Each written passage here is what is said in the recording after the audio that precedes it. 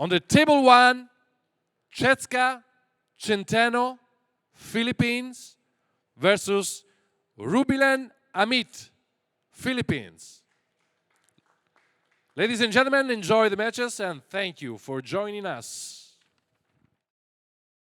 And a very warm welcome, viewers and pool fans, to Pro Billiard TV and the 2026 Predator Pro Billiard Series, coming to you live from the heart of Rome and the elegant Rome Cavalieri. And we kick off action on table one here on day two with a real statement match. Two Filipinas, two multiple world champions, and a rivalry that has defined the last decade of women's 10 ball. The Flash Czeska CENTENO, defending champion and recently crowned world 8-ball champion, takes on her mentor and fellow two-time world 10-ball champion, Rubilen AMIT.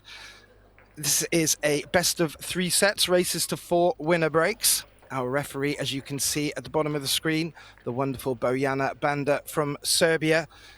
I'm Gethin Davis, and joining me in the box for this, my dear friend and colleague, Benjamin Belhassan. Well, what an opener we have for you today, Ben. Oh yeah, hi Gethin. I'm really happy to be back in the booth for such a clash of titans. Absolutely, that could be a final actually, and it's just to show you what the level of play is in those type of world championships, because this is only a winners round 1. So yeah, can't wait. Oh, absolutely, Ben. I mean, I still remember very vividly the World 10-ball final last year, which went to a 5-set epic. As you rightly said, this could be a final in itself, but it's not. It's only day 2. And Rubilen AMIT has won the lag and will get us kicked off.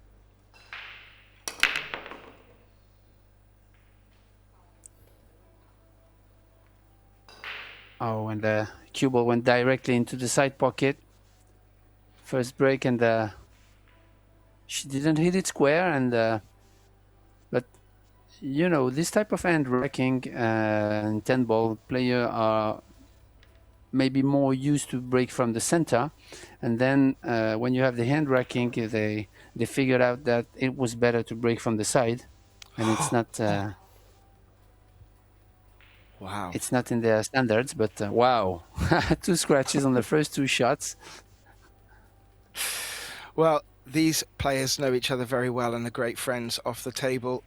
Czeska has always said that how she looked up and modelled herself on Rubilen, but when it comes to match play, the gloves are well and truly off. And well, I wouldn't have put money on seeing 2 fouls first 2 shots, but maybe that was just them getting that out the way. And it looks like AMIT is now in play, but her face would indicate she's not got the angle she wants here. Yeah, she would have liked a little bit more angle on the 4 to get on the other side of the table to pocket the 5 and the bottom left, but I think she can force it still. Yeah, she went too far. That was difficult to judge the speed, but she's still okay on the 5.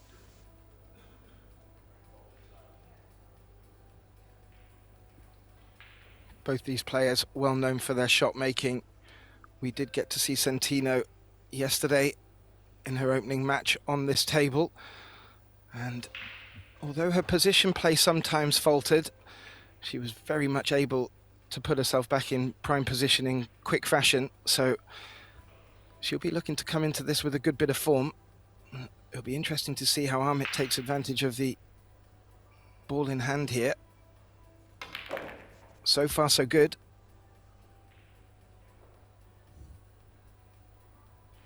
Oh, well, I'm a little bit surprised. I thought she would just take the long shot on the 7, and I was expecting her to just draw back a little bit to the long rail, but I think she had a small wrong angle on that 6, and she should be okay, but it's a tough cut.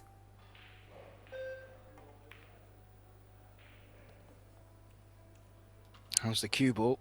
That's run on just far enough. Yeah, that was the good point of the shot on that 7. Nothing much to do with the cue ball, so she could focused 100% on the shot making, on the cut.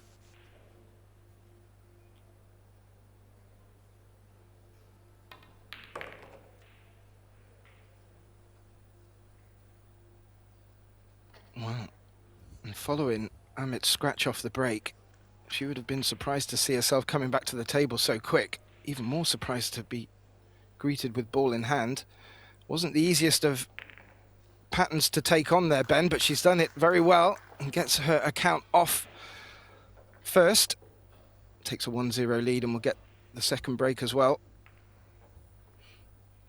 Yeah, and credits to her, because when you scratch and you make a big foul like this on the first shot, and you can see that she's used to the big stages, and she got, she got to a chair, reset, and got ball in hand on the next shot, and clear the table with strong fundamentals, and finally get deep into that match. So this is those two are world-class players, and I wouldn't be surprised that CENTENO does the same as soon as she gets to the table.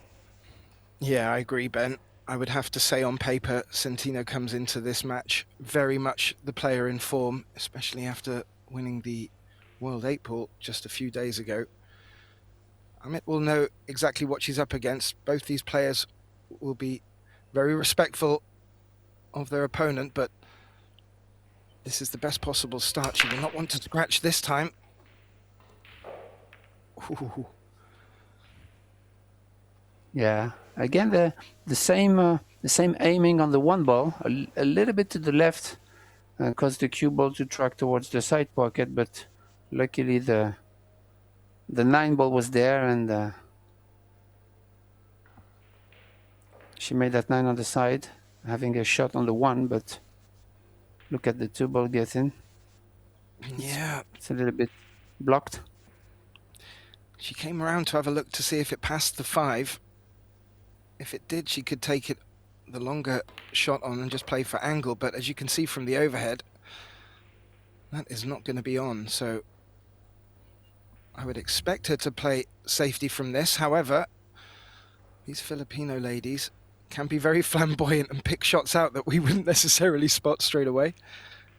Yeah, the 5 ball is a big ball there, and she really wanted to avoid that 5, banking the 2, but I think Sheska has an edge here. The right edge of the 2 ball. Still a difficult shot though. Oh, she doesn't.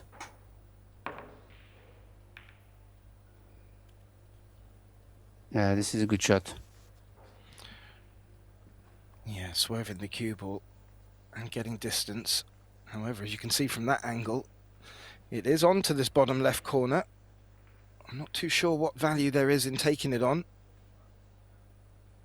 Yeah, especially she has to jack up a little bit because she's close to the rail, but it's a difficult shot and she's gonna go all in on it.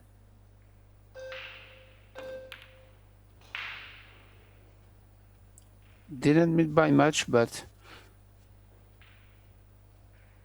tough shot. It was, but it does give us an indication of her mindset. She's not looking to let CENTENO back in at the table. However, on this occasion has done and did leave the 2 hanging. Yeah, the thing is, in this format where it's winner break, this type of world champion doesn't want to get their opponent at the table again if they can, and that's why I think Rublin took the shot, because such players can run out the set from there. So every opportunity is going to be fully taken, I believe. She played that very well to not bring the 10 ball into play, stay on this 5.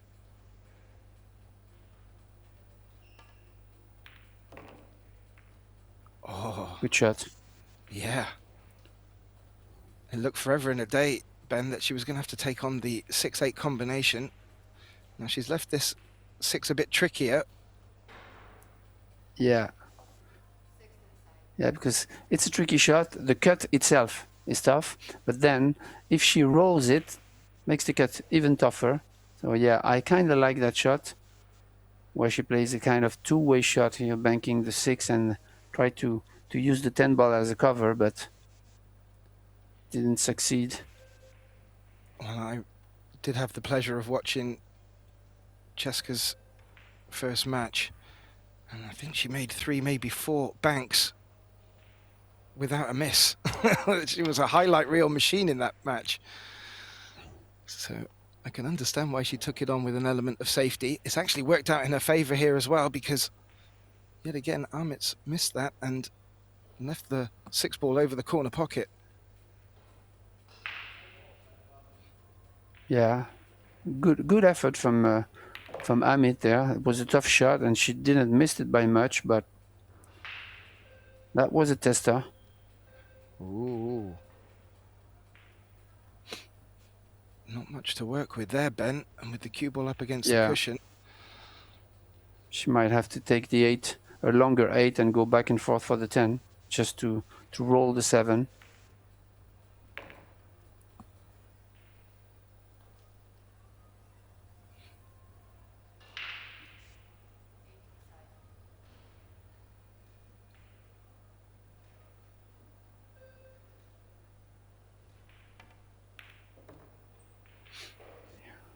Yeah, good shot.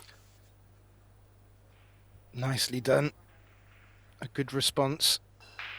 Keeping the scoreline honest. And getting back to the table, and we'll get to see Cheska's first break.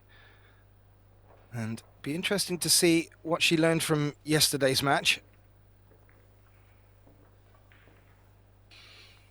Actually, you can see that the shot selection on the 6 ball, try to a kind of two-way shot, banking the 6, was really a good option, because if she makes it, then she'll have the 7 to close the rack, but she didn't, and she left a really difficult shot to Rubelin, and that was a good solution considering the position she was in on the 6.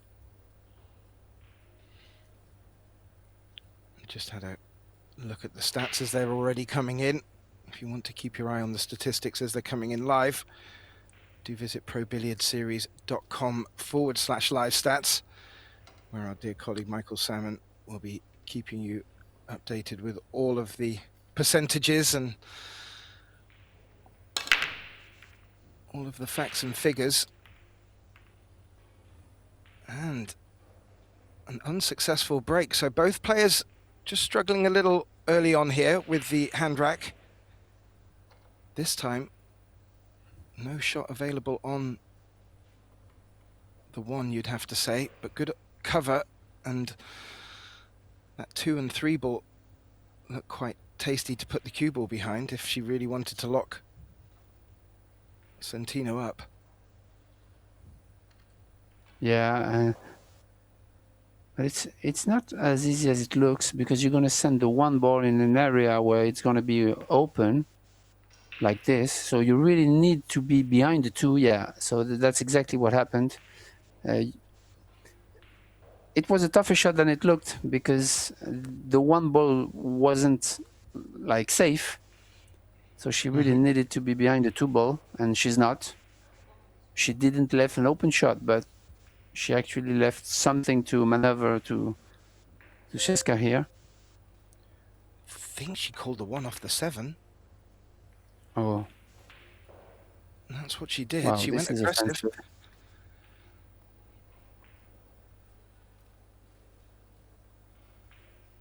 And look what she's done with the 4, 6, 7 up at the top there, Ben. Yeah. Yeah, the 4-6 was already there, but actually I think it makes the combination easier. But it's always tough to control the 4 ball in this case. So we'll see what she's going to do with this, because you really want to be close to the 4. And considering the position of the 3, it's not going to be easy.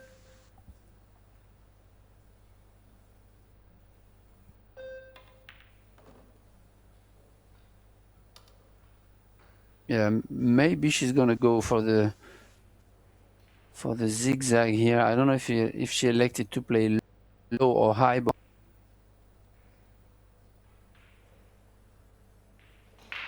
yeah, she's going over all around 3 rares.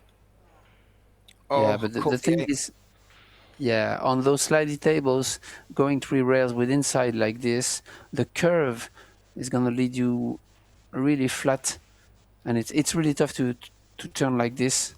But she didn't have the choice, considering the angle she had on the 2. So yeah, that was a tough position.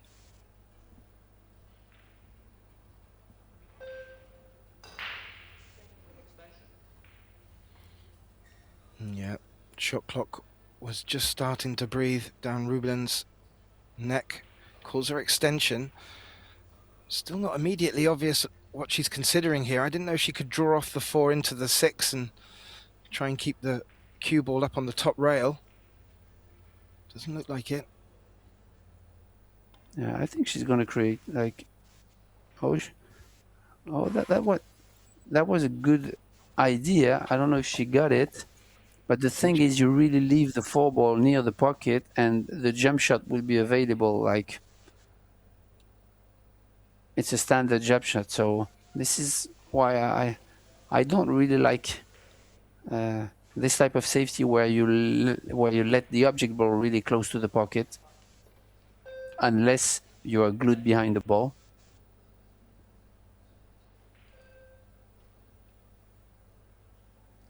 I mean, she has good chances to make it. Oh, good chances indeed, Ben. What a fantastic jump shot. And the cue ball's come back out across the table. You'd have to say, from her offensive style so far, she'll be taking this on.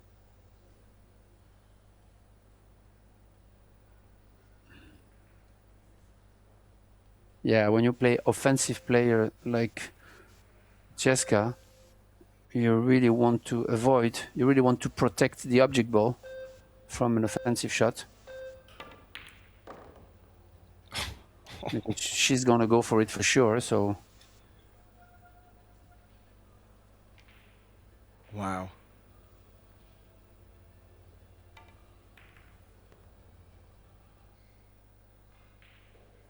Oh, played the combination very well. Didn't get a threat from the 10 ball either. And look, the 6 just dressed up even better. yeah, that's why I like the speed she uses. That's good. I like the speed she used on the combination, because using such a speed, I'm gonna take the 6 ball off the rail in front of the pocket. So this is really smart.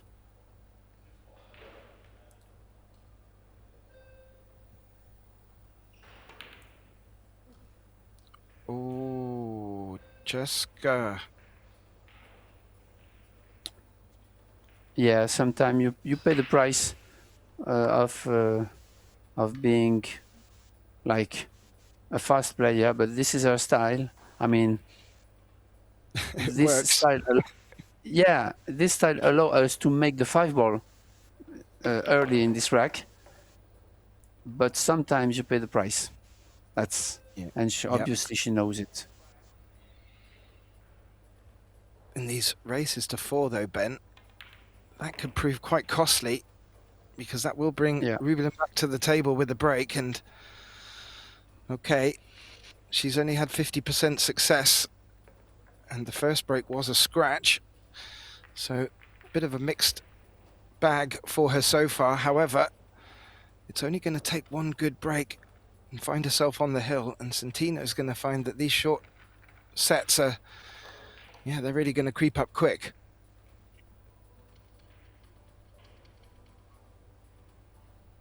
And just all you have to do now is reset, because she did a great job. She made that jump and shoot that long shot on the 5 ball, and then play the combination. It was really solid, and then she missed that. It was not an easy 9, but still very standard. So yeah, you have to recover from it and stay in the present moment to get another opportunity. So yeah. As you see, 50% success so far for Ruben. 2 breaks. Better cue ball though, Ben. Yeah, definitely. With the purple BK Rush, both players are sponsored by Predator, as you can see.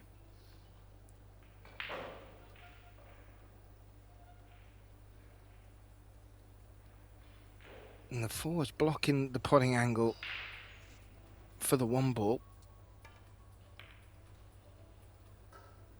So Cheska's played thin off of it, looking to bring the 8-9 into play. Has she done that, or has she let... Ooh, maybe an edge.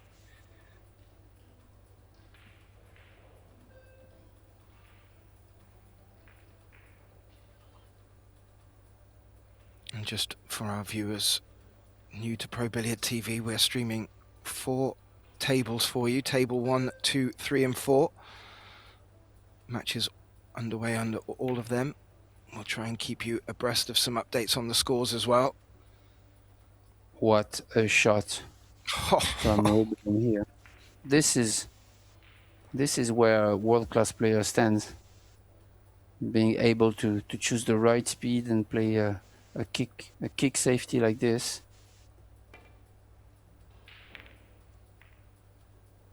Oh, did the double kiss help or not? I don't think it has, Ben. This is close again. I don't know if it passes. I don't know if she can see the full of the one to make it. It looks like, considering her body language and her face, looks like, yeah, she has the opportunity now.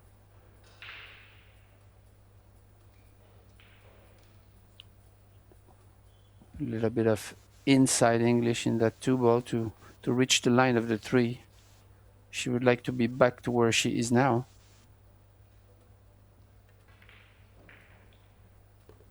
Yeah, it's even better.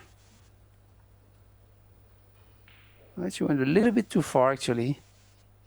She should be okay.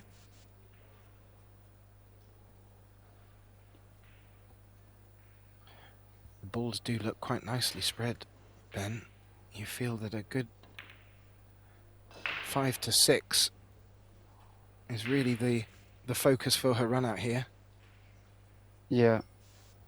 I don't think she's really fully happy of what she has here on the 4. I think she would have liked to be on the other side of the 4 to be more comfortable on the 5, but still okay.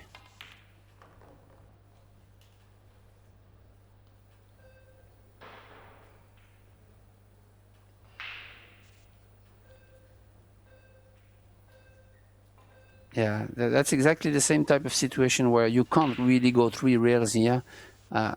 It's tough. You can do it, but it's tough. Yeah, she's done it perfectly.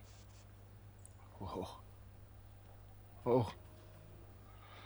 How was the rub on the 8, Ben? I think it needed it. Yeah. But it was really tough to do. She really cut the 5 ball really thin to give the cue ball the speed it needed.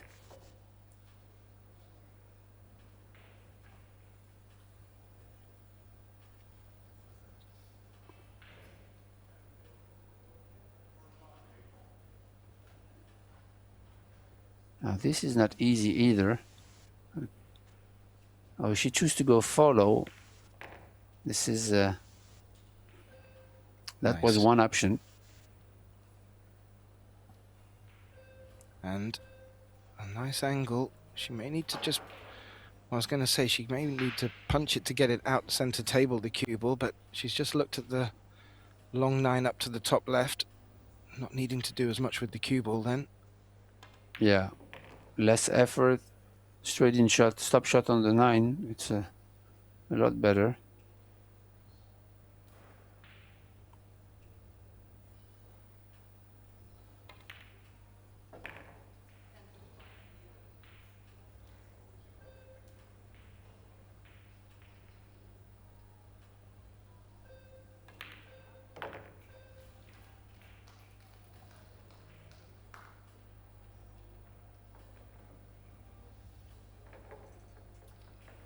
Yeah, and as you mentioned, already on the hill. So, costly mistake from Cheska here in the previous rack. Even if she Yeah. played a good safety shot. Well, as we just take a look at the statistics, Ben, they did have us worried. The first opening 2 shots were fouls, and I'm afraid that was all that we were going to get with that department. They have turned it on back to world-class stuff, and well, Rubel and Amit getting the advantage in this opening set, getting to the hill first. The score 3-1 will return to the table for a break, and as we just look at the break success, we haven't seen many from Cheska yet, so we don't really have too much to work with, but that will not be concerning Amit right now. It will be staying at the table and making a ball from the break here.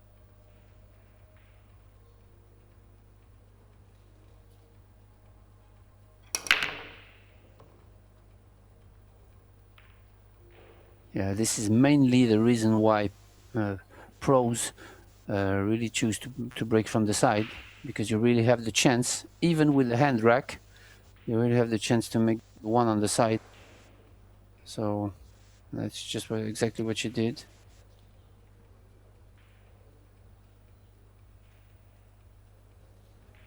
So she has it, and there are good chances that she's going to keep the same break throughout the match.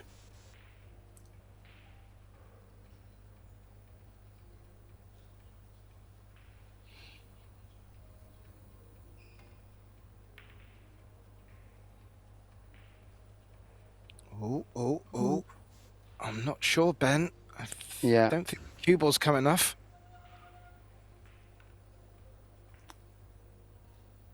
She left the opportunity, and she really is not going to be happy with that, because it's wide open.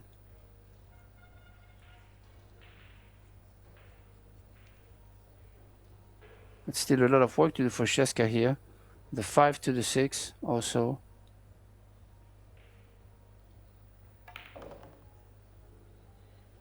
Yeah, she just had a glance over at what angle she was looking to get onto the 5.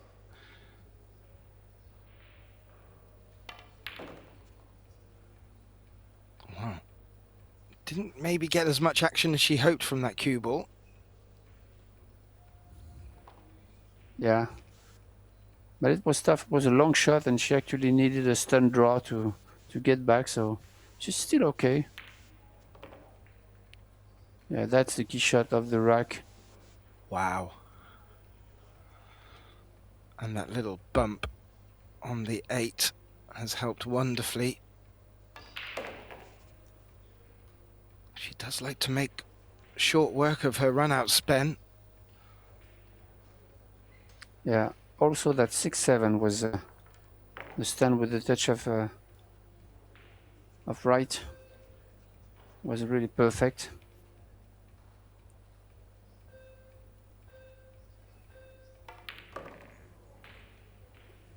And as I mentioned, this is her style, and this is the way she played her best. So there is no reason to change, even if sometimes it can cost you easy shots, like it did on the 9 ball in the previous game. But Indeed, Ben, and this set isn't over yet, and I do like that. Amit just making sure Cheska didn't put her hand in the pocket and pick up a ball before the ball stopped moving on the table. That's the friendship that these players have between them. But yes, 3-2. There's still a bit of life in this first set yet. As we just bring up the schedule for the day, our matches coming up next have already been decided, and just having a look over at the tables in play at the moment. Over on our match on table 2, Cheyu Chao, she's 2-1 up in the opening set against Han Yu. And on table 3, Ju Chin Wei, she's trailing 2-1 to Zhang Muyan. If you want to keep updated with the scores, please do visit probilliardseries.com, and you will get the live scores, up-and-coming fixtures, and links to our other events. We also have the Predator Wheelchair Open and the Fujifilm Women's Doubles Showdown kicking off today. I'm looking forward to that one, Ben. I've not seen a women's doubles open as of yet. Be my first.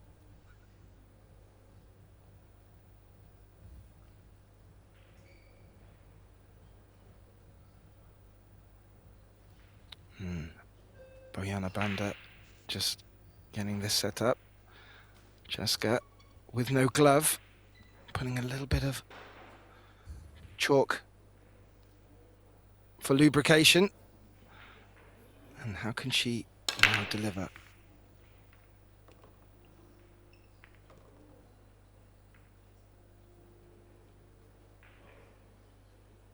Balls are dropping, Ben. Good break. Yeah, 2 balls on the break. And pretty good cue ball control. The 10 ball moved a little bit towards the pocket, but could be the case with the hand racking.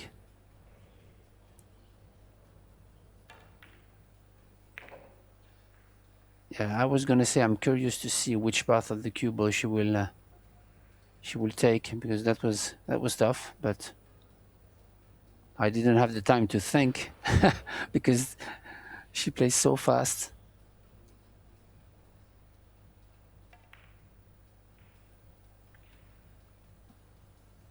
Oh, slides the 2 past the 9, leaving the 9 very close to it, which makes it a little bit trickier for the escape. Yeah, it might be really near the first diamond before the side pocket. Unless she can she find a gap between the 10 and the 6 and straighten it up off the long rail? She's had a look at that.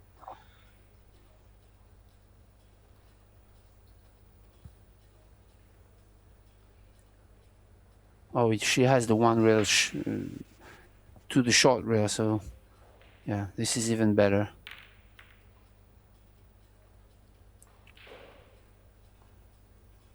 She got away with it.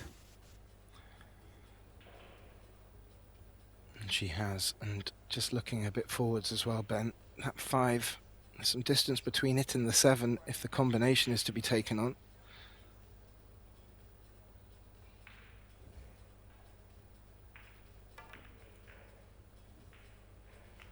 Overcut it a little bit. That was a tough shot, and you see, even if she would have made it, then the cue ball is really far from the combination. It's gonna. So that was a tough shot. I'm quite surprised she took it, but she's, as we mentioned already, she's an offensive player, so she's gonna take 100% any opportunity she has. Good shot there. Oh, lovely.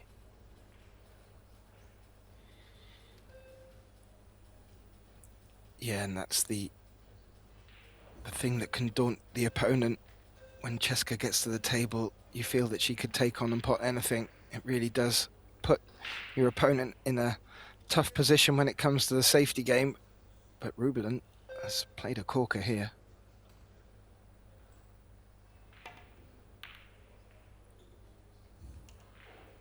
Ooh. And remember, pool fans, it's 10 ball, so it's called shots. And obviously she didn't want to make that 2 ball on the side. So this is Rubelin's turn now. And she's facing a really tough combination, 5-7 there.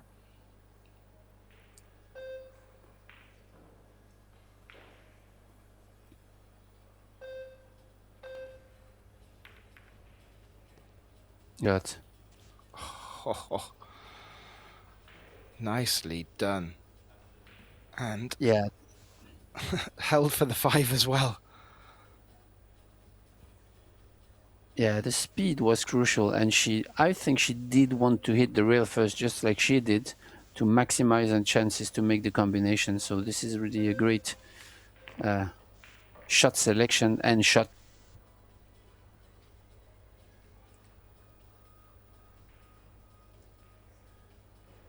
Now, she looks a little straight on this 6, Ben. I'm not too sure what she can do with the cue ball. Yeah.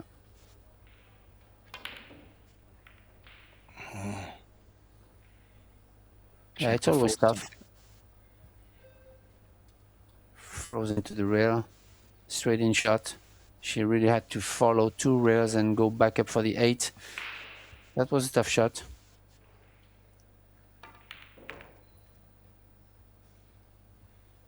And what an opportunity now for CENTENO to get herself to the hill as well in this opening set.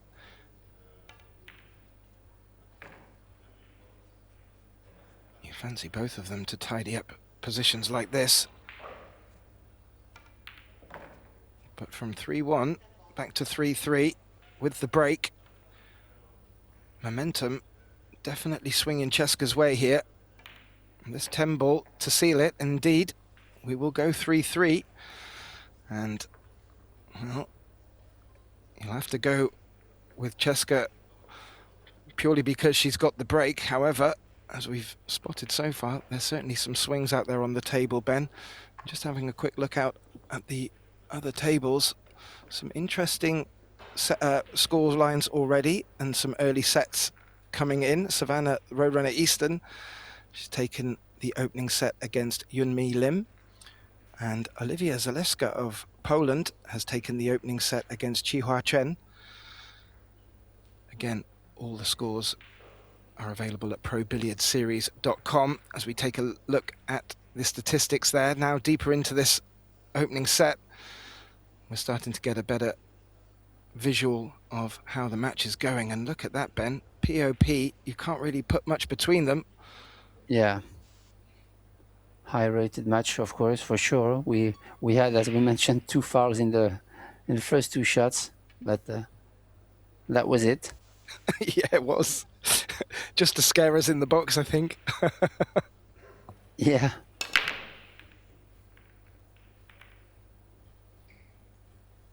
Yeah, the square hit of Česka is not there yet. And as I mentioned, this is only winners round 1. And player from Asia need to adapt a little bit with the jet lag and big flights. Even if they're used to, it's different when you play in Europe, I believe. So I think they're going to play better and better as the days move on. Yeah, I fully agree. Quite a few players have made the journey in from America as well, and we'll have a similar situation, just bedding in. But so far for Česka, her 2 opening matches have been on this table, so she should, in theory, have a slight advantage. Yeah, but you know, we mentioned the jet lags and stuff, but I think one of the big thing also is the culture. I mean, the food and the habits that you need to adapt when you come from Asia, I believe, more than when you are American. What a shot Česka's played there. She's played a kick and stick, 2-rail kick and stick, and AMIT raised her hand to acknowledge that. She's come back with a jump stick.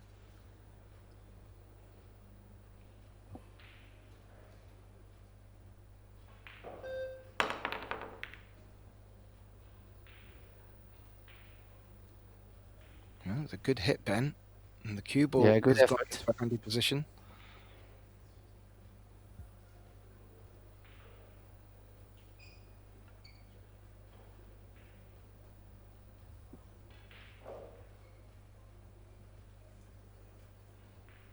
Dare I say there's nothing offensive for Česka here? Oh, no, I shouldn't say that.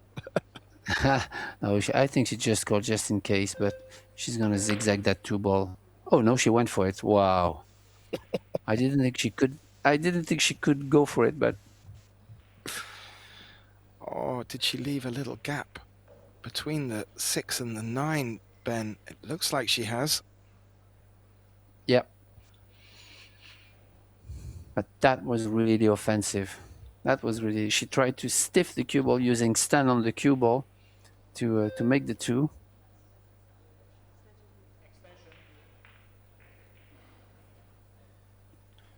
We might have to start calling CENTENO the highlight machine. She was making bank shots for fun yesterday. It was very impressive. And again, it just puts your opponent in a sense of doubt that whatever they leave you, there's a good chance you're going to take it on and make it. So that's a nice response there, though, from Rubelin, Ben. Yeah. Yeah, the game has evolved, and now you really pros are considering the fact that when they play safe, they don't want to leave any jump shots, if possible. Yeah, Cheska was just looking if there was an opportunity to play the 2 rail like she did last time, but it looks like if she hits it thick, the 2's going to go into the 7 and not much is going to happen. She was just looking at a 1 rail escape as well, but has turned that down. Oh. Yeah, she was actually in big trouble because she couldn't go 2 rails and she couldn't go from the short rail up table. And I think she didn't have any choice than go for the jump shot, but it's really, really tough considering the fact that the cue ball was almost frozen to the 10. So, like you were saying, Ben, with the game evolving so much, you really do not want to leave a jump shot on.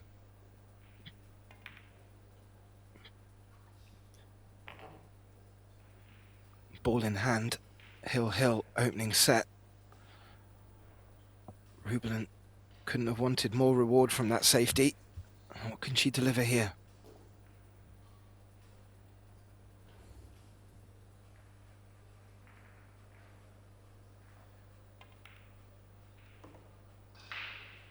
yeah, that's a good shot.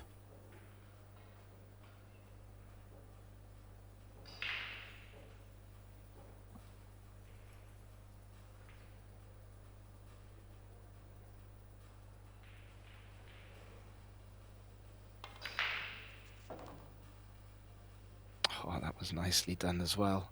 Purposefully drawing back into the 10 ball, holding the cue ball for this 5 and got a little angle to work with.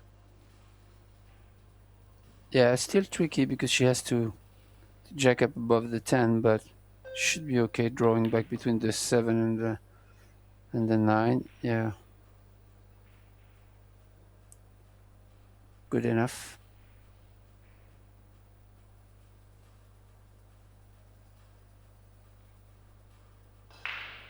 So here is the type of situation where you really want to be as flat as you can on the 7 because the 9 and the 10 are in play otherwise. So yeah, like that.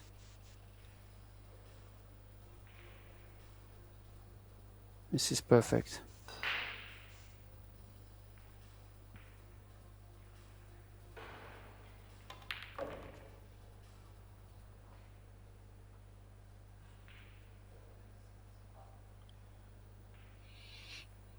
Well, Amit had to watch her 3-1 lead disintegrate to 3-3, and with one really good safety that locked up Cheska in trouble, she's given herself this opportunity, Ben, and God, how delighted she will be with taking this opening set.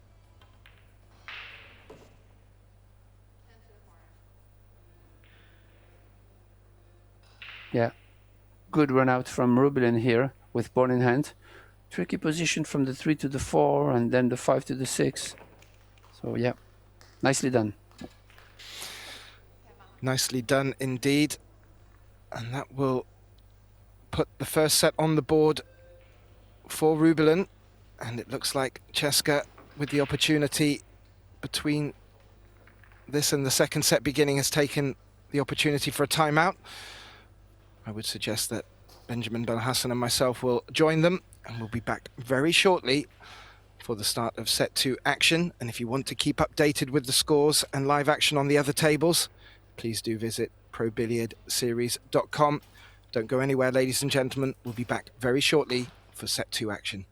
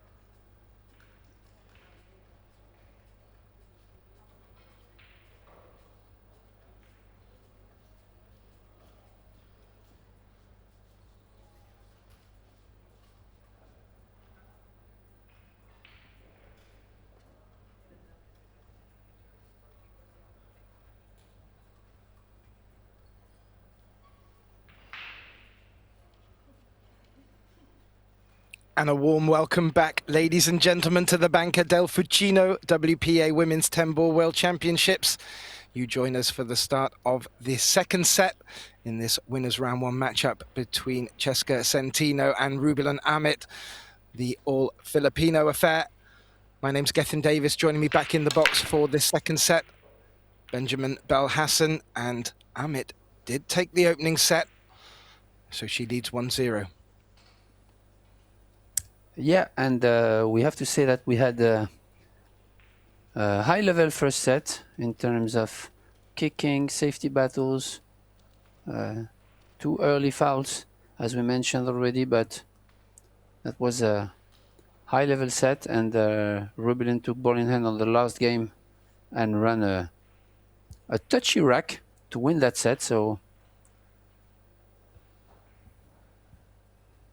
we expect a great battle from these two. Good shot there. I fully agree. My summary of the opening set, Ben, Centeno maybe, well, dare I say it, a little too offensive, perhaps, but as you quite rightly pointed out, it's her style and it's worked so well, picking her up that 8-ball world title last week. But Amit, take nothing away from her performance in that opening set, was able to punish them mistakes and also played a couple of good safeties as well. Yeah, she's probably here gonna stop the cue ball behind the 8.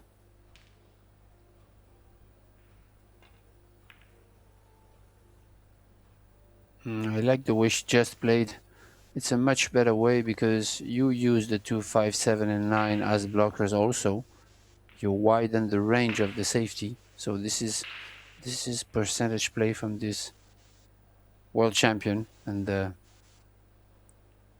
it's a good shot. Oh, what an edge.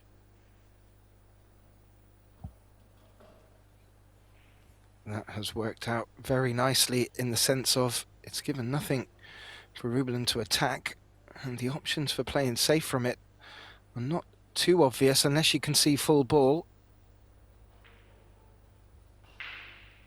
Yeah, I don't think so.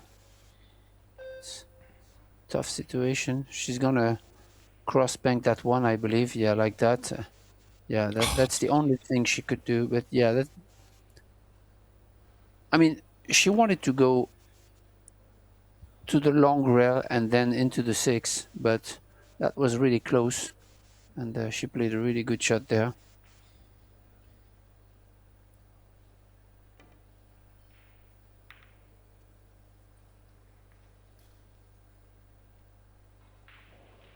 Containing safety from Cesca here.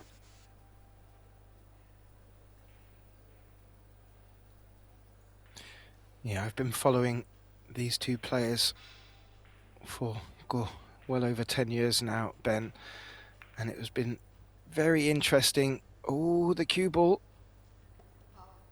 Oh, couldn't do it twice, Ben. Yeah. But it's been very interesting to see Cesca's honesty and how she really looked up to Rubilan when she was beginning the game and sort of modelled herself on Rubilan and set out to achieve 2 world championships. That was her goal. I think this young lady is destined for far more than that, but looking at the way both these players play, it's understandable how you get to see them so often in these tournaments. Yeah, and maybe, as you mentioned,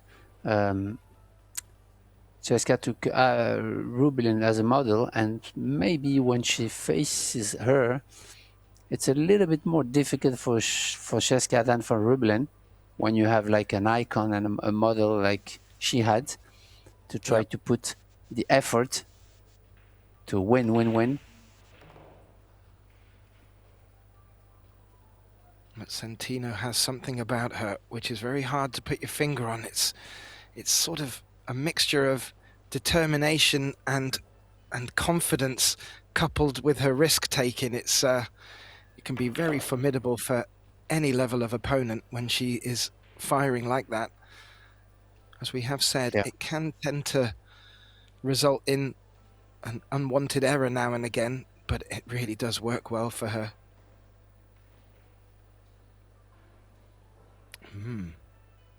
Is the 9 hampering this cue ball after taking the pot on?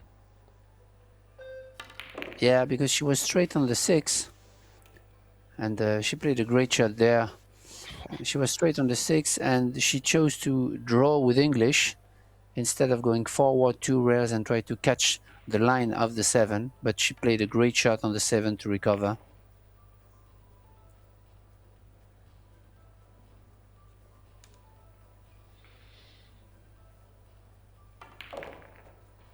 Yeah, both players taking advantage of the timeout just now. CENTENO will have had a little word with herself, and whatever she has said, it's worked, because she's got the first rack on the board in this second set, and she'll be looking to push on in this winner breaks format. I did have a look at the statistics in between the 2 sets, and not much to pick between them with regards to breaks, but mainly because Česká hadn't had that many breaks. And we just take a look over our other TV table. Over on table 2, that's the matchup between Che-Yu Chao and Han Yu. Well, Che-Yu Chao's taken the opening set there, and they're kicking off their second set action. We have 4 tables being brought to you on Pro Billiard TV. Lots of action. Now, let's see how Česká can push on from this opening rack in the second set.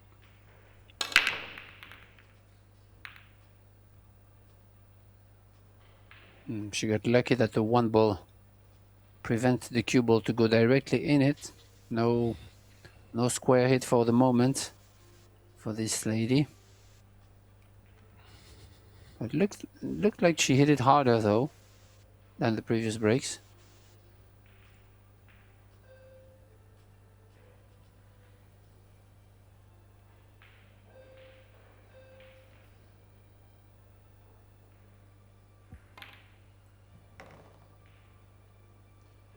Good shot there.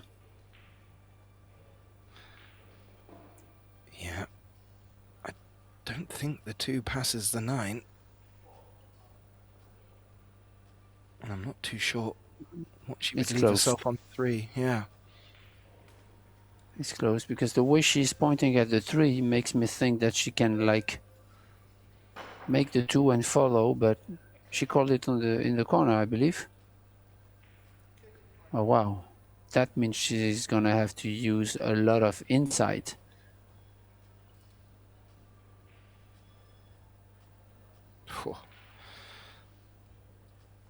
Both players showing us that they're going to go offensive here, Ben. Yeah, but that's a good shot because if she can avoid the 7 ball with the cue ball, then the 2 ball will go in an area where the blockers. Oh yeah, no, she's playing safe. Okay. Yeah, I thought using English, like inside English like this, wasn't the right choice. I think she left an edge though, Gethin. Yeah, it looks like there could be an edge there. We were fooled a little earlier when CENTENO had to masse around the object ball. Oh, and she's just missed contact there. Yeah, too much English there. That was a tricky shot because it's really tough to judge the amount of English you need to make a full hit on the 2 in this type of shots going straight to the shot rail. And she put too much English there. Now, the 9 is in an ugly spot, Ben. But yeah, there are opportunities to develop it if she chooses to go that way.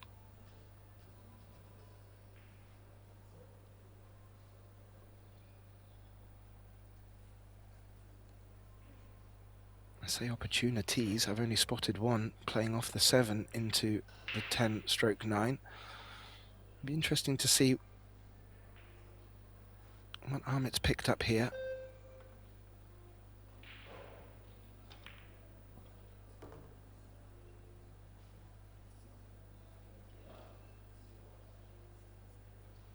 Yeah, this is a tricky rack because of the 6 and 8, both in the middle of the table, and don't really allow the cue ball to take the line of the 5.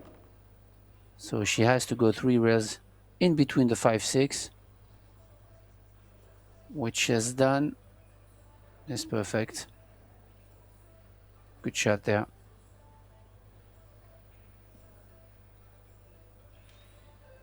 Still a lot of work to do. I don't know if she can cue properly without English here. Maybe she has to put a little bit of inside, I don't know. Oh, that's okay. Oh. Great look at the focus on her face, taking that shot on. And has come across far enough to leave an angle on this 6. Well, without needing to do too much with the cue ball, should sit nicely for the 7. Don't really know if the 9 ball passed in the side, or if she's gonna play the 7 ball right now and go into the 9. She has the angle to do so. As long as she doesn't wrap up this cue ball, every chance of landing on the 8. Oh, and that will work out very nicely, Ben. Yeah, good shot, good speed. She didn't baby it, and I like that. Give space to the balls when you run into them. This is smart.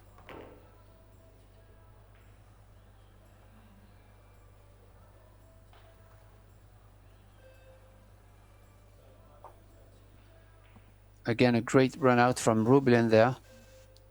Steady. Yeah, and really, from that safety that she played, she didn't take on the aggressive shot. She played what turned out to be a very decent safe, in that Cesco missed it completely on the 1 rail escape, and that's all it takes for these players. One opportunity, and another point is on the board. It's 1-1 in this second set, as we'll bring up the statistics from set 1 and set 2 so far. I just wanted to let you know there is already a result in.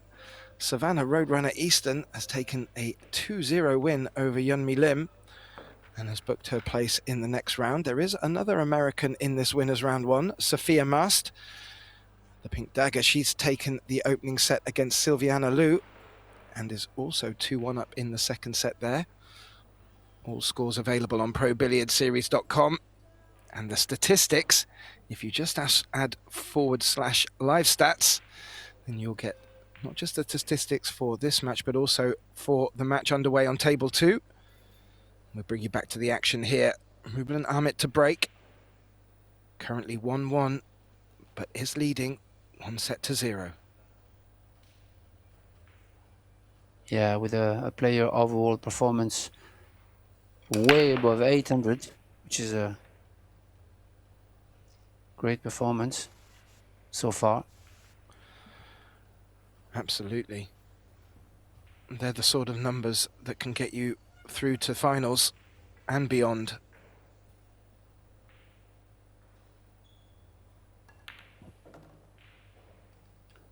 I'll take a little time to thank our sponsors for this event. We have Yalin, a little monster, Kamui, Box Billiards, Aramith, Simonis, Venbilliards, Banca del Fucino, Longoni, Noleggiare, Fujifilm, Givova, and of course the Predator Group. And the equipment is also all Predator. The Predator arc tables, 9 foot. We have the Arcos 2 balls, the Arcadia Reserve Cloth, the Arena Light also, and the AeroRack. Thank you for that, Ben. Molto bene. However, Cesca has played a wonderful shot to get the cue ball in position for the 4, but the 3 refused to drop. And now AMIT looking to find that same gap. I think she has done. Great shot there from AMIT. She really made it look easy, but she really needed the cue ball to hit before the side pocket to get automatic position on the line of the 4. And this was also a tough shot to control the cue ball off the rail. So masterclass for the moment from Rubilen. Yeah.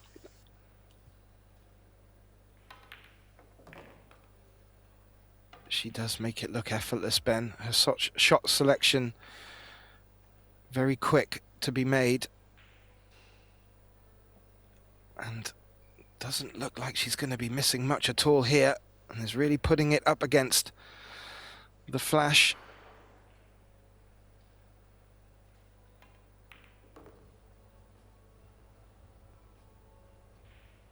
This is perfect. Creating a perfect angle on that 7 to bounce off the long rail and reach the 8 on the other side of the table. This is really, she's really in control.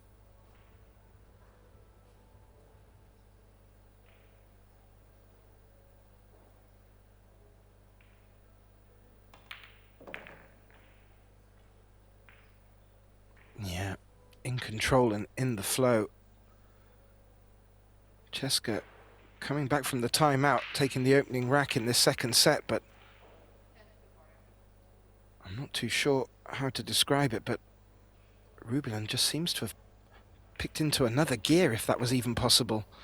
And now finds herself 2-1 in the lead and 2 racks away from taking this match earlier than I certainly expected.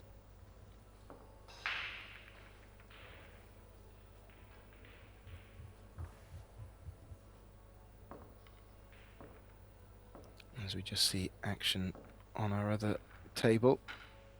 Actually, on table 2, this one could be a final also. So, yeah, tough first rounds for those ladies. Tough draw, but yesterday I had the pleasure to witness also Maite Ropero, and she was playing a world champion also. So, first rounds are crazy. Yeah, I think she was playing Shasha, if that's the match you were alluding to. Yeah, the Sosoa from Korea. And she beat her, and now in the winners round she had to face Sasha Liu. So this is pretty crazy for the Spaniard to have such a tough draw, but it is what it is when you play top-notch competitions like this all year long. Sometimes the draw could be really crazy. Yeah, I don't think there's an easy match out there with this lineup, and I have to say I'm very interested to see how the pairings are going to match up in the Fujifilm women's doubles showdown. We'll have some of that action this afternoon, but can only imagine with these quality players, if and how it gels, there can be some absolute fireworks out there today.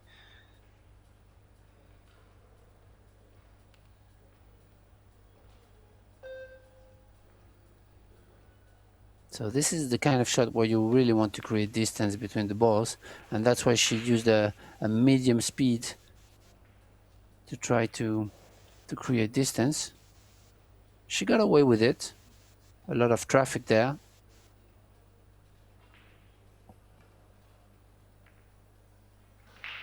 Oh. Yeah, that one ball just found its way through the gap a bit easier than Cheska anticipated. Yeah. Yeah, she's shaking her head, Ben, understandably so.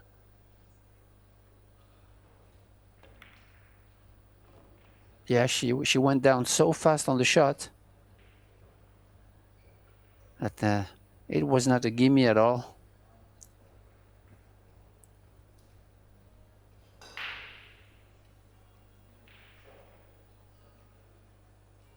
Now, a great opportunity for Rublin to go on the hill. Still a lot of work to do, though, of course. The 3, 4, 5, and also 6 to the 7 is tricky, so tough layout. Just had a little flash up of the statistics for balls pocketed, just showing how Aramith has made some significant clearances, taking the majority of the balls in the balls pocketed department. Sometimes doesn't necessarily reflect the scoreline, but on this occasion it certainly does. Yeah, and I thought the 4 ball didn't pass the 7, but it does. So that's why she simply wanted to draw back a little bit more, though, to get an easier 4 ball. But considering the position of the 5, she'd just have to make the 4 ball. She would be in good shape. That's it. Well done.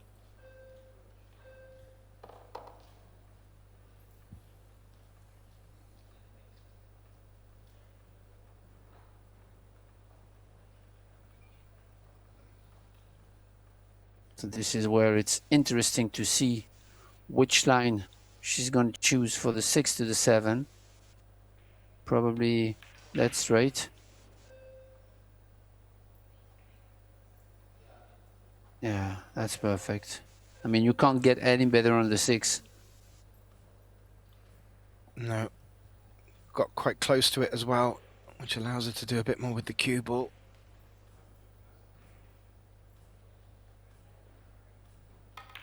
Draw back for the 7 ball short side.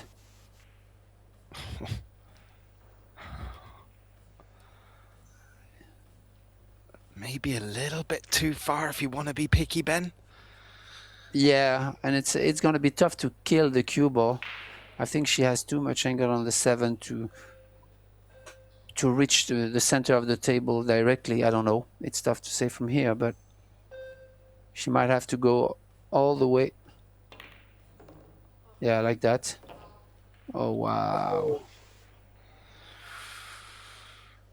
Well, we haven't seen many mistakes from either player. That could be a costly one. Rublin looking very much in pole position and to take the hill in the second set. But Yeah, and as you can see, the draw on the 6 wasn't easy. When it comes to all speed, then it's tough to control a draw like this, and she went a little bit too far, causing it to scratch on the 7.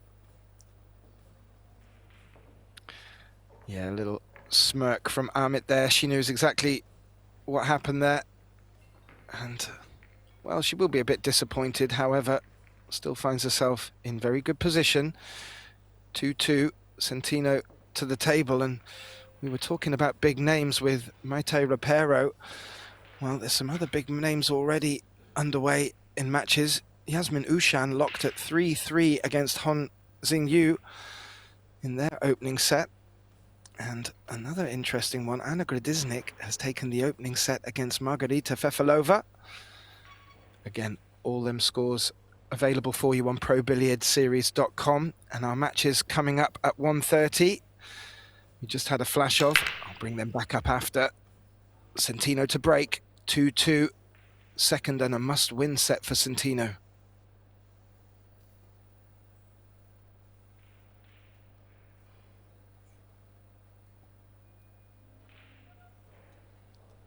Successful break, Ben. And a look at this one. Not necessarily the easiest of looks, but at the table, nonetheless. Yeah, but the thing is, if I don't think she's going to go for the shot. Oh yeah, on this side, yes, but on the other side, on the open side, no, because of the 6 ball. So yeah, on this side, this is a great shot. Oh, that little nudge of the 9 took the energy out of the cue ball to hold it for this 3. It may have just pushed the 9 into a very awkward spot, but lovely, Yeah. lovely.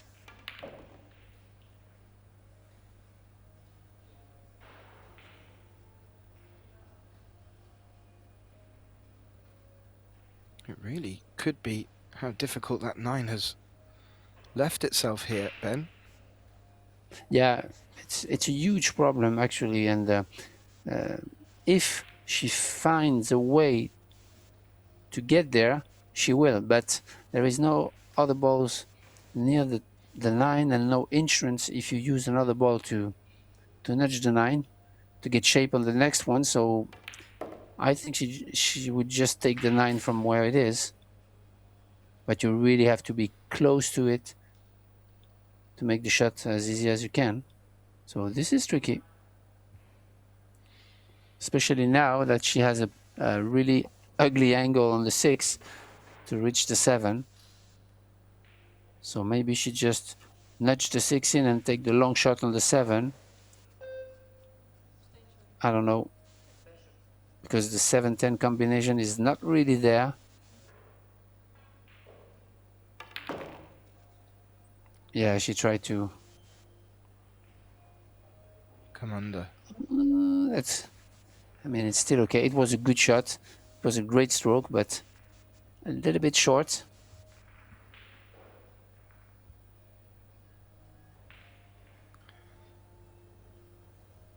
Now, a solution could be sending the 7 ball into the 9 and stay behind the 10, but it's really tricky.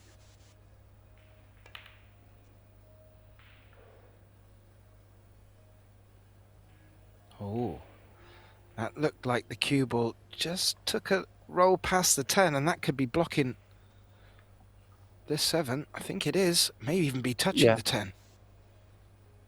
I think so. She has to kick and stick there and try to use the 9 ball to pocket the 7 on the side. That makes the pocket bigger actually, but I don't know if she can pass behind the 8, just like where she's pointing, to go 2 rails behind and kick and stick, try to make the 7 off the 9. She has to swerve, yeah.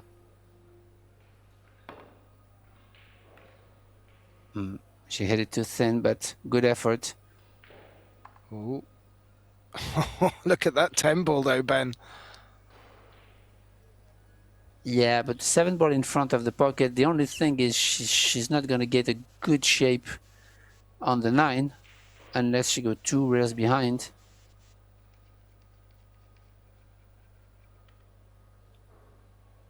She has to draw that. She has to draw that jump shot to turn short, long, and then... Yeah, that was the danger. Oh. She has it. Well, riding her luck a little there, but what a fantastic jump shot to make. Was never going to be guaranteed to finish on this 7, but a very friendly nudge off the side pocket. And now it's going to be all about the position she can get on this 9. Yeah, underneath the 10 and as close as you can and as straight as you can. This is good.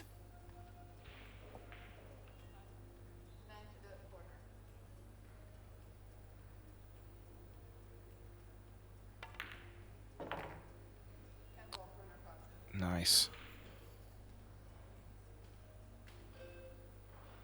What a point to get on the board for CENTENO here. Capitalizing and getting into the lead on the hill. As I mentioned, a must-win second set for her here to take it to her third and decider. And she will get back to the table with the break, Ben, and so far it's going with the way we thought this match would. It's feeling like it could go all the way. Yeah. And if Sheska starts getting into some kind of a rhythm, then Rubelin is in trouble.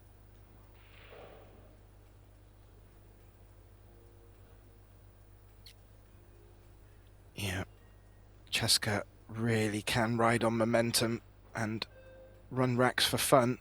As you alluded to quite early on though, Ben, the hand rack in can make a little bit of a difference in that it can prevent the flow from the break of sorts, Bojana Banda doing a wonderful job. Our referee from Serbia keeping these racks nice and tight. This could be the most important rack so far for CENTENO.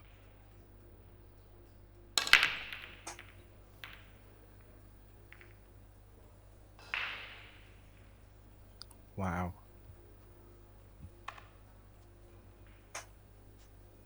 That's dry bent, but no look at the one. Yeah, I like to say that it's interesting situations from rotation games here, where to push, what is the strategy and what choices you make. This is really interesting, and it's different also considering the layout, because here you can see that the 4 ball is partially blocked by the 5, and also the 3 is in an awkward position, so it's a different story when you have tough layout. You can push to you can do an easier push out, I would say, if everything is not open.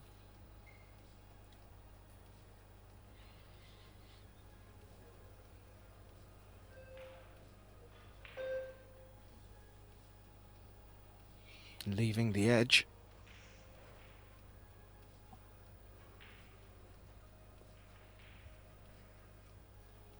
This is a tough hit, but you really need to thin it.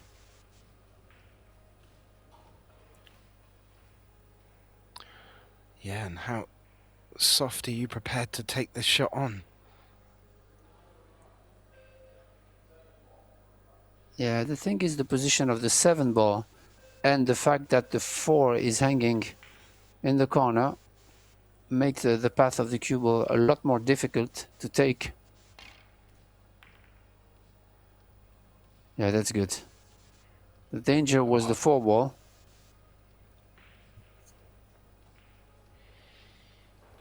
I don't know, a little... She could have easily scratched here.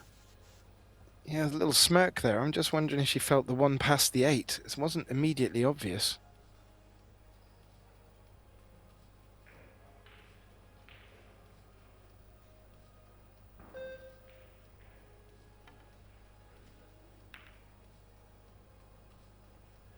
And that would suggest not. That's not a bad reply. It does look like the 1 rail escape is on. Yeah, and the thing is she really want to escape and clip the 1.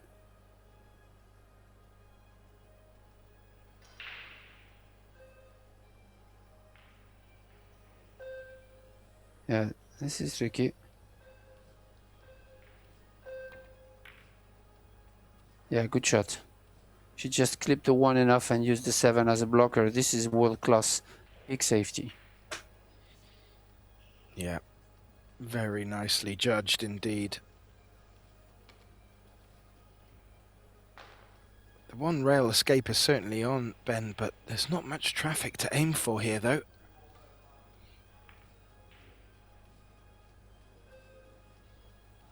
This is really tough. Yeah, this is really tough to catch that angle. The angle she wanted to go 1 rail and 2 rail behind the 8. That was really tricky.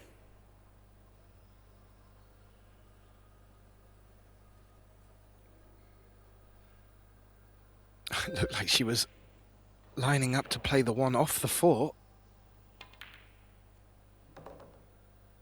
No. I just thought that was what she was thinking and tried to open that 4 up a little bit more. Yeah, it was really difficult to do that considering the position of the 4. It's a little bit too far from the pocket, but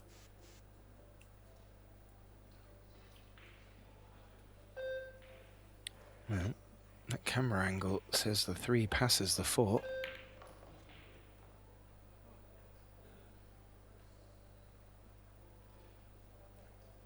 Ooh.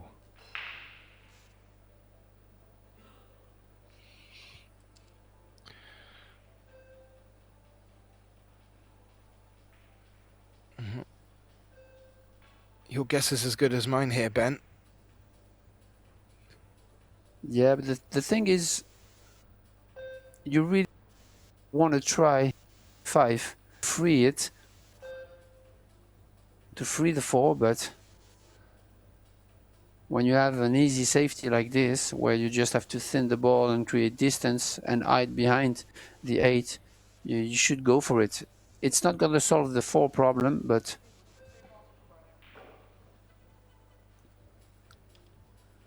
you can expect a ball in hand on this type of shot because the target is small, but not from world-class players, of course. Oops. Yeah. That's a good hit. Yeah, but now something happened, and she might have something to play to run out. Yeah, the combination is on, I believe. Maybe she has to pick up the short rail first, but if she does, that might put the cue ball into trouble after. Yeah, try to control it with the draw. Yeah, that's it, but... And now she's in big trouble. Yeah.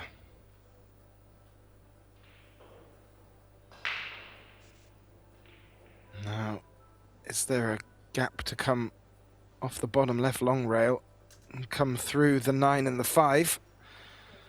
That would be the very optimistic, aggressive way to play this, but it looks like Rubelin's just working out if she can clip an edge or not.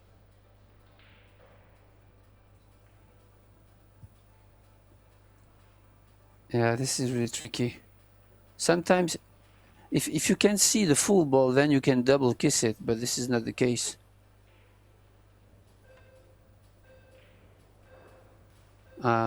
She tried to play 2 rails and thin the 3, clip it and go up table, but this is really tough. Yeah, that looks such a difficult shot, Ben, especially needing to make a rail after making contact with the 3, fraught with danger, and an opportunity for Cesca here to take this second set. Oops. Ben.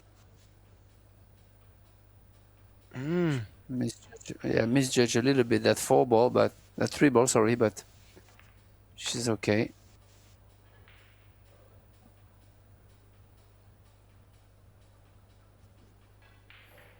Yeah, as you can see from the overhead, the 9 has a pathway past the 10 as well, so both bottom pockets available for it.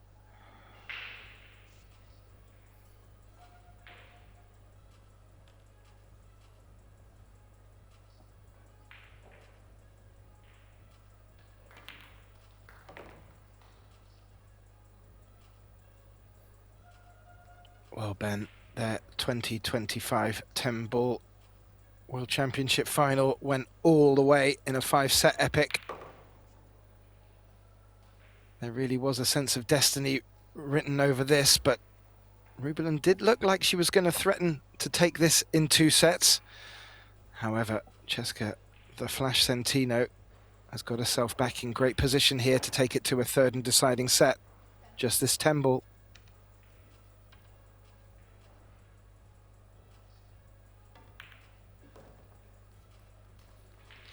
And indeed, we will be going through to a 3rd and deciding set. Cesca Centeno taking the second, 4-2. The players look like they're shaping up for a timeout, which indeed they are. And just a quick update from our other play on table 2. Well, there are a few matches that have already brought results in.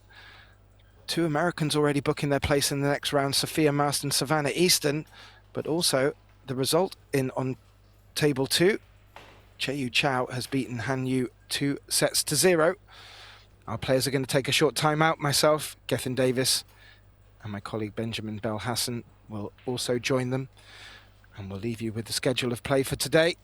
We'll be back with you very shortly for more action as we kick off set 3.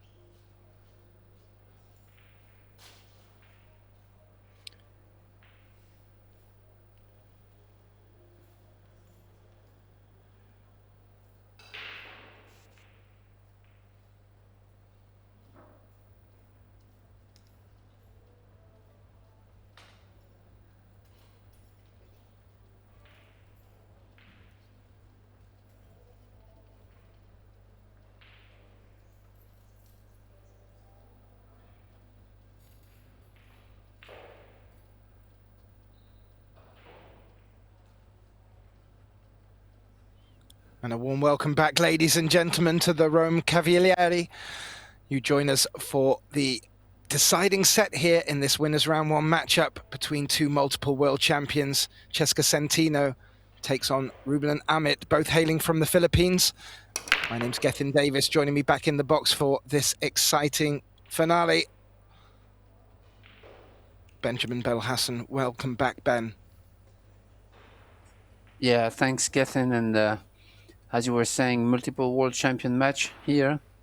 And deciding set.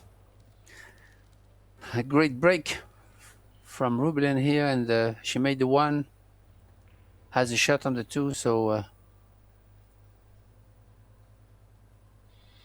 she might be able to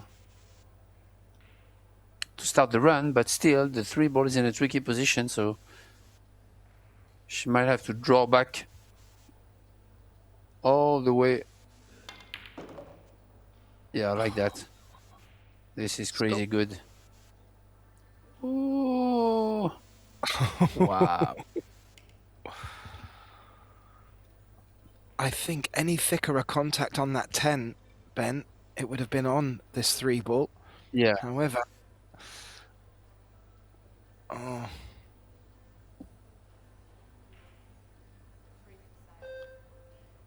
Yeah, maybe she can, swerve this one, but... Oof. Oh, wow. This is a kind of a roll here, because I don't think Cesca can do anything with that three ball in this position. I mean, she'll have to play safe for sure. Or go behind the... She look at going behind the point. Just rolling the three and stay behind the point. That could be an option. Yeah. Wow. Good shot. Good spot, Ben. Great execution from Cesca there. And both players just exchanging a smile. That's a tricky spot Ruben finds herself in here.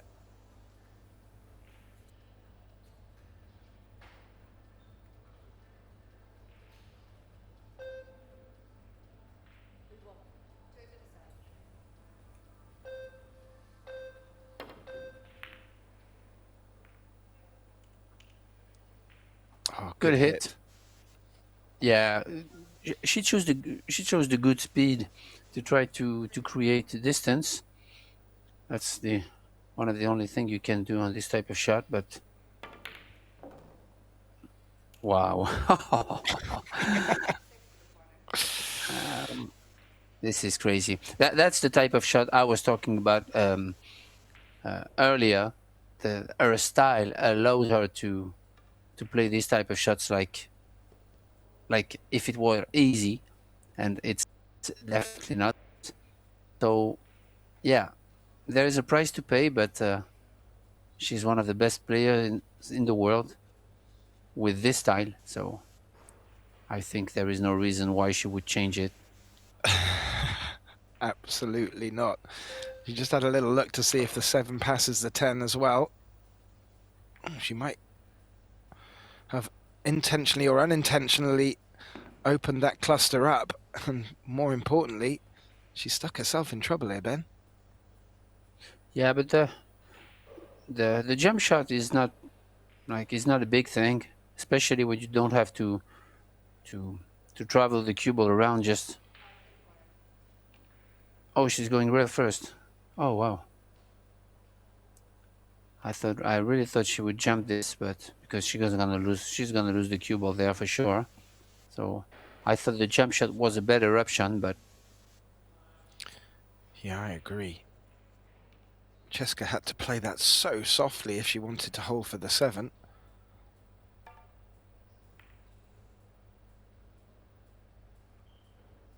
Ooh, I don't think that's worked, Ben. yeah, it was a good idea to try to split the balls from behind, but tough to do. Touchy.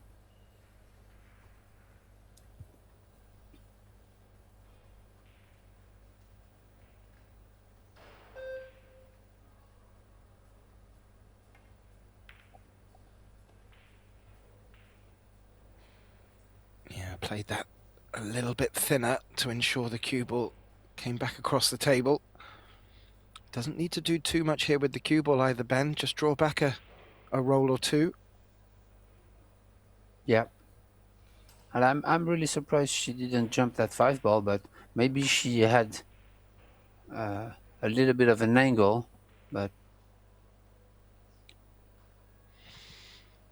Yeah, I agree with you. It did look like from where we're sat, the jump shot was more preferable for holding position. Of course, it will look different from the player's eye view. But how important will that unforced error and maybe poor shot selection take in the frame of this match? Because it did look like the first point on the board in this third set was going to go Cheska's way. But CENTENO doesn't need asking twice. And she, more importantly, as much as getting a point on the board, will get the break here, Ben. yeah, definitely. I did have a little look at the stats. Oh, thank you very much, guys. Bringing it back up on cue. Just looking at Rubelin. Set 1 and set 2, both deep in the 800s on the POP. Cheska not far behind, but sometimes them statistics don't reveal everything. But the main difference for me with set 2 was the 3 fouls from Rubelin. And that really did give Cheska an opportunity to get her teeth back into that second set. Yeah, definitely. I have to say, Ben, I am not going to pick either player yet. This still looks like there's going to be a few more twists and turns, or at least it's going to stay close.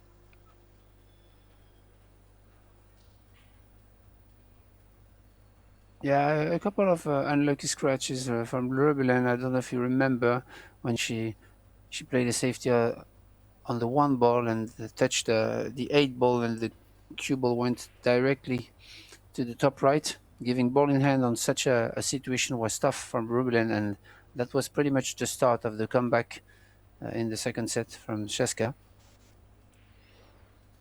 Yeah, agreed.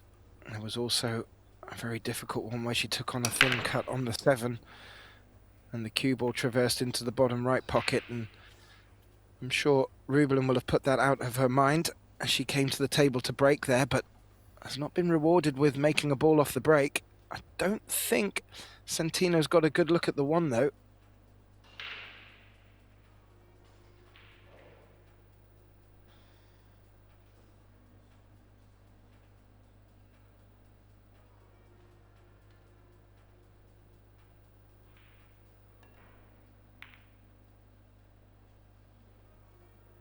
Nice.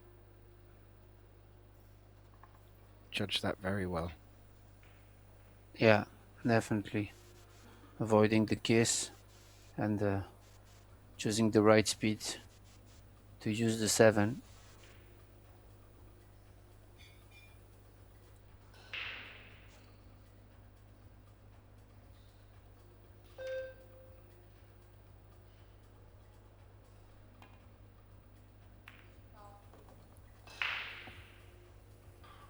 Ooh.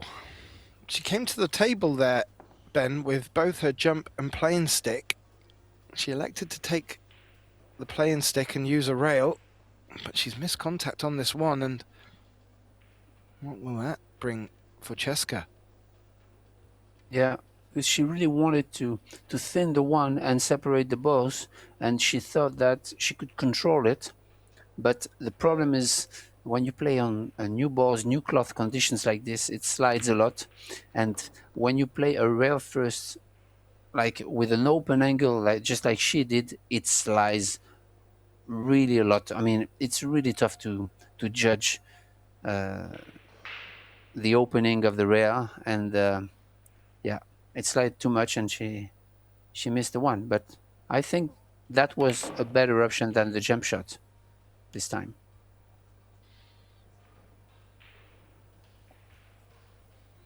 Yeah, fully agree, Ben, but did need to catch that edge. Hasn't done so. And CENTENO picking off these early balls and sort of opening the pattern up with every shot. I do like where the 5 and the 6 are positioned.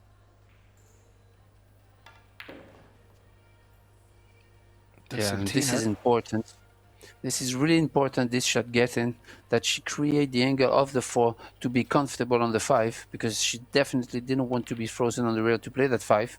So this is small details that make the layout and the run out a lot easier.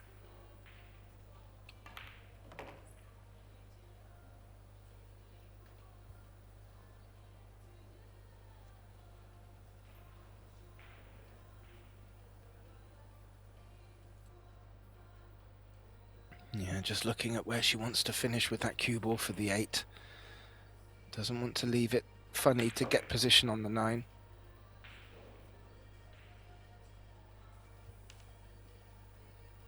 Yeah, that's a good choice, but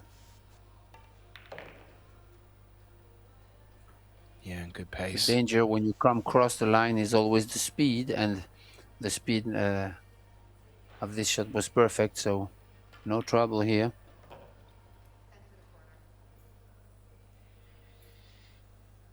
Quickly calls the 10 to the corner.